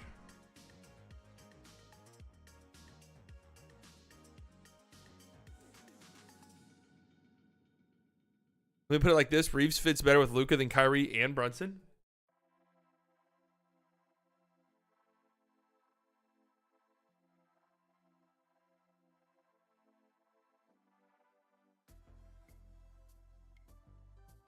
Or maybe a team like Utah like Reeves. Either way, just like a... I'm not trading Kyrie for Reeves and Rui. Are you stupid? See, if it's... Okay, see, I don't even think that works. Because Reeves and Rui are both free agents too. So it'd have to be like some incredibly complicated sign and trade thing. But if Kyrie does leave, getting Reeves and Rui from that would be nice. Like, it's better than nothing.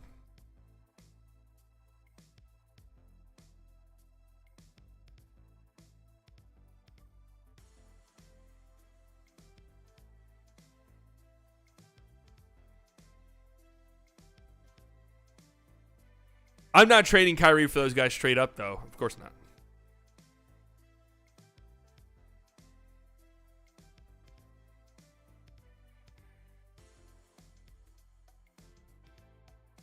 I don't know, man. A part of me wants to fast forward and just have all of this shit be over with, but part of me also loves the... Look at this. Literally 3 minutes ago. League sources continue to say that LA is determined to retain Austin Reeves and Rui Hachimura in free agency. There's frankly no scenario based on what I know that Reeves won't be a Laker next season. That's what Mark Stein said. Mark Stein knows his stuff. I think Mark Stein is, especially when it comes to the Mavericks, I think Mark Stein's pretty confident that Kyrie's staying, so.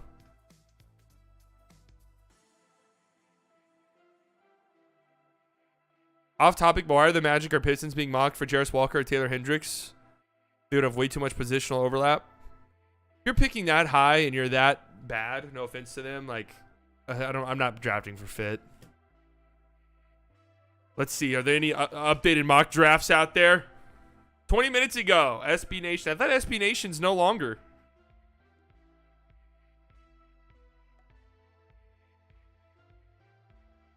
I thought SB Nation didn't exist anymore. Am I thinking of something else?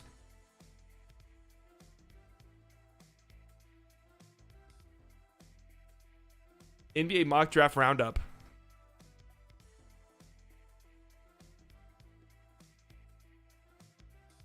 Wait, what the fuck is this? Oh, this is a Kentucky thing.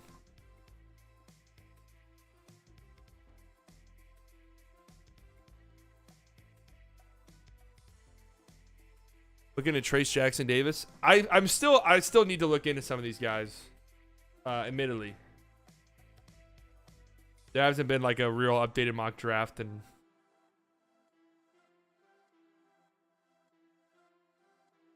I'm not doing a 30 fucking slide PowerPoint.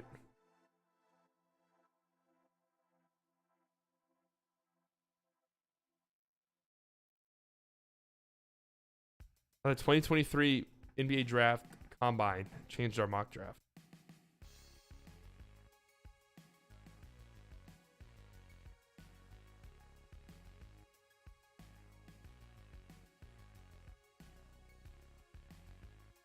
I don't know any of these guys right now. Tristan Vucevic. How do you pronounce this? Vucevic? Is that what it is? Just Vucevic? Vukovic? Vucevic?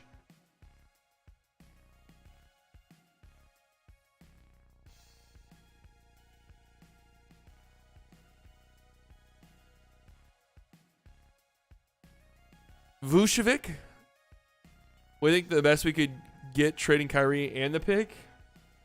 I've got no. It's really complicated because it would have to be a sign and trade. Like I don't know. I don't know. Very complicated.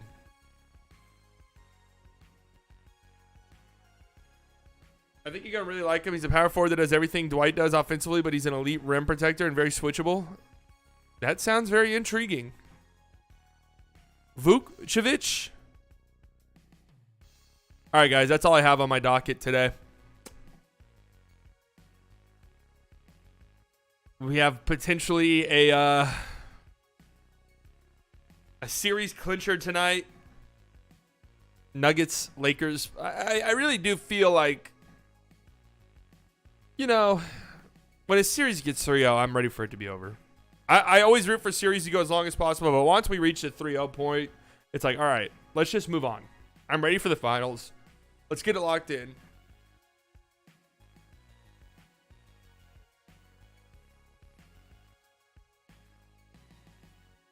No more big market bias. No more big market bias. Even though Miami and Denver are gigantic markets, but not in the NBA. I guess Denver's not that big of a market compared to like other sports markets out there. The Lakers are 3-point favorites, so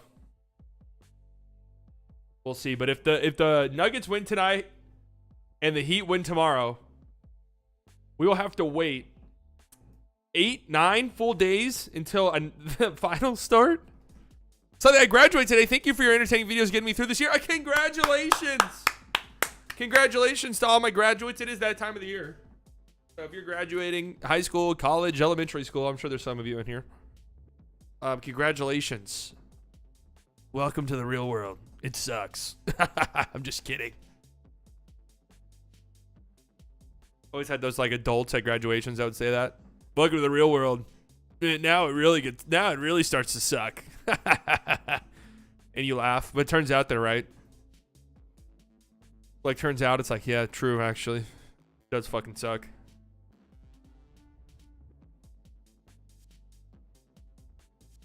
Realize the second Nelly gets swept, we getting Kyrie to the Lakers talk nonstop. Oh yeah, I know. I mean, we already are. It's pretty much everywhere. Beans and fries, we adults eat like kings. That's right, baby. I'm about to have some seconds.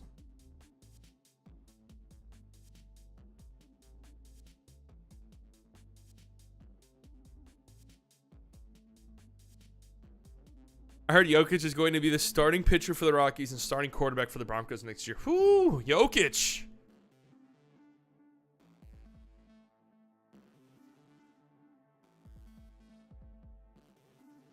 I don't know who to root for. I want both Jokic and Jimmy to win a ring equally as much. That's kind of where I'm at. Like, I'm kind of cool with whatever happens. I think I might actually root for the Nuggets. I don't know, though. It would be really fucking cool to see Jimmy win one. As the 8 seed, the first 8 seed ever.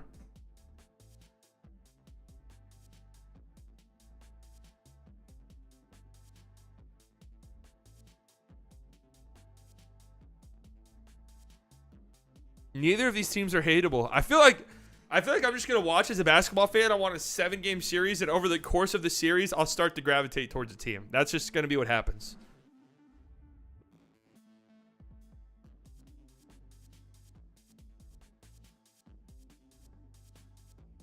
Is it Lowry a lock for Hall of Fame right now? Ooh, that's a great question. That's a great question, actually. I mean, the Basketball Hall of Fame is pretty easy to get in. I'd have to say he's a decent chance, but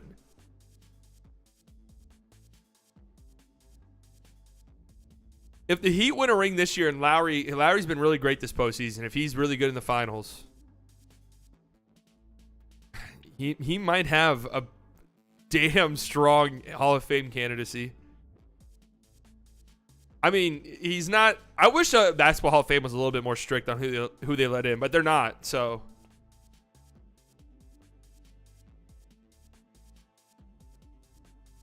like, I think Kyle Lowry has a better Hall of Fame case than Andre Iguodala. Like, I don't believe Andre Iguodala should make the Hall of Fame at all. I don't think that in the slightest.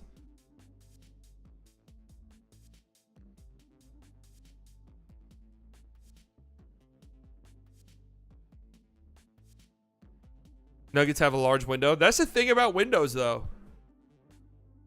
That's the thing about windows. They might be large, but you never know, man. Like, what if the Celtics? What if like the Jaylen Brown and Celtics situation's worse than we thought it was?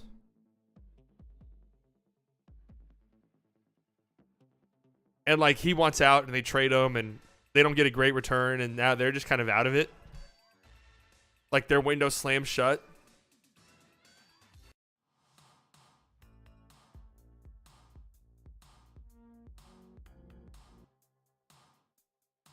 Fame with the $2 donation. Spurs suck. Oh, we're back in the Spurs hate rivalry. Ooh. See, like I'm sad that Wembanyama's on the Spurs as a Mavericks fan, but I do kind of appreciate that rivalry might be making a return.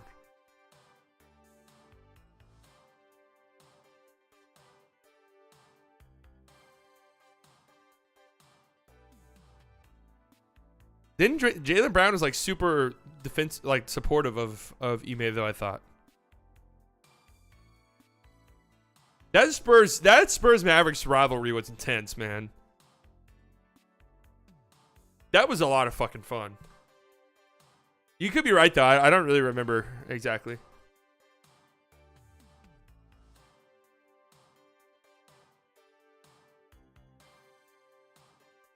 As a Lakers fan, I don't want Kyrie. I'm sorry. As a Lakers fan, my fan base is toxic. That's another thing, too. Are we sure, like, Kyrie is really, like, lining up and hype to go to LA? You know? Like, yes, LA is awesome, but, like, doesn't really seem like the media market that he would really like.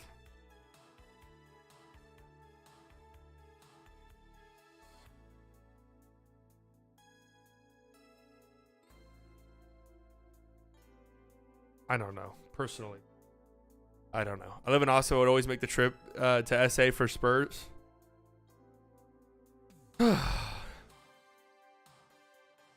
I need that rivalry revitalized. I have a good feeling Mavs versus Nuggets will spark their rivalry again in the next couple of years. Sure, I mean, they had like a Mavs versus... All of the old rivalries are back. Mavs Spurs, Mavs Suns, Mavs Nuggets. Except Mavs Nuggets isn't a rivalry right now, but... I do think Mavs and Suns is like one of the best rivalries in the sport right now, honest to God. Heat Celtics is a good one, though, too, because they always play each other in the playoffs.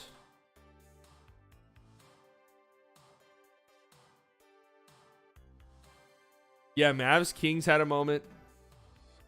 Tobias, odds for Clutch Gene Tatum, number 6, to be the first team to win down 0-3. I mean, part of my brain is like, you know what? I'm not going to count out the Celtics yet because they are better. Like, how many times has it happened that a team's been down 3-0 where they're supposed to be the better team? You know, not very often. But it's also like, there's no way Spoelstra and Jimmy lose 4 times in a row. Just no fucking way. No way.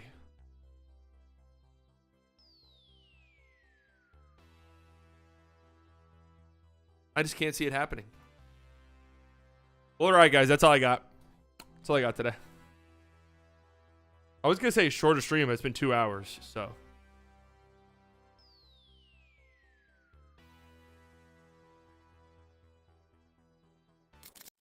No video today. I wanted to do one, but I didn't wake up in time. I'm not streaming the game tonight, no. I'm just, watch parties are just not it for me right now. I'm just not. We get more viewers in here for these than watch parties. So that mixed with the endless copyright shit going on, yeah, I'm just done.